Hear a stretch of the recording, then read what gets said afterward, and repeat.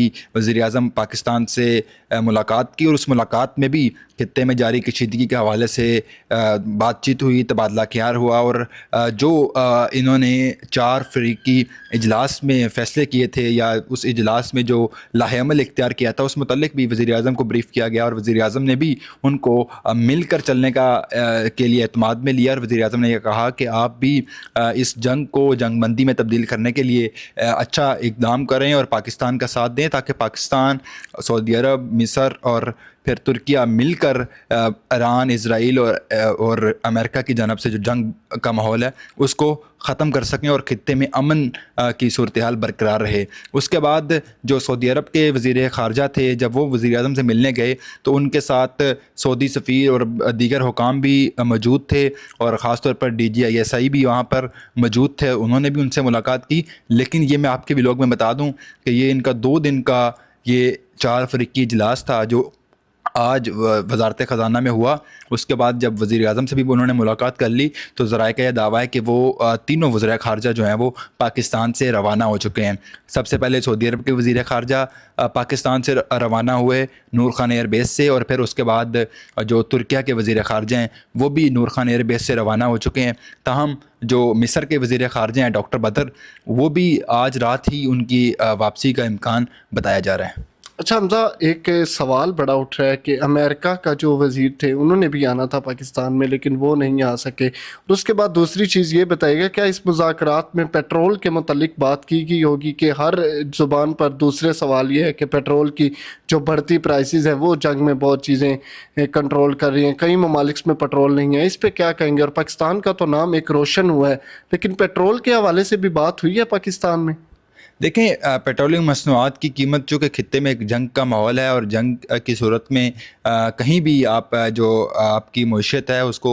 ایک خطرہ لاحق ہوتا ہے، اور پاکستان میں بھی حکومت کی جانب سے 55 روپے پیٹرول مہنگا کیا گیا۔ اس کے بعد 2 اسمبلیاں وزیر اعظم و پاکستان نے مسترد کر دی، اور انہوں نے عوام پر بوجھ نہ ڈالنے کا فیصلہ لیا، اور پیٹرول کی قیمتوں کو مزید بڑھانے سے انکاری ہوئے، اور انہوں نے پیٹرول کی قیمتوں کو مزید نہیں بڑھایا۔ تاہم گزشتہ رات اسحاق ڈار نے اپنے ایک ایکس کے بیان میں بھی یہ واضح کیا کہ ایران کی جانب سے پاکستان کو مزید 20 جہازوں کی اجازت دے دی گئی ہے آبنۂ ہرمز سے، اور اسی طرح جو خطے میں جاری صورتحال ہے اس کو پاکستان باقی مسلم ممالک کے ساتھ مل کر بہتر کرنے کی کوشش کر رہا ہے۔ پاکستان خطے میں جو جاری کشیدگی ہے اس کو کم کرنے کی کوشش کر رہا ہے۔ ایران، اسرائیل اور امریکہ کی جو جنگ ہے اس کو جنگ بندی میں تبدیل کرنے کی کوشش کر رہا ہے، خطے میں امن کی کوشش کر رہا ہے، اور اس کوشش کو پاکستان کی جانب سے شروع کیا گیا اور پھر پوری دنیا میں سراہا گیا۔ آج بھی جو 3 وزراء خارجہ پاکستان میں تشریف لائے انہوں نے بھی 4 فریقی اجلاس میں پاکستان کا نام، پاکستان کے اس اقدام کو سراہا، اور انہوں نے کہا کہ پاکستان نے اس جنگ کو جنگ بندی میں تبدیل کرنے کے لیے اور خطے میں امن کے فروغ کے لیے یہ اتنا بڑا سٹیپ اٹھایا اور مل کر کام کرنے کی کوشش کی ہے، تو اس پہ پاکستان کو سراہنا بنتا ہے، اور پاکستان کی جتنی تعریف کی جائے اتنی کم ہے۔ اچھا یہ بتائے گا کہ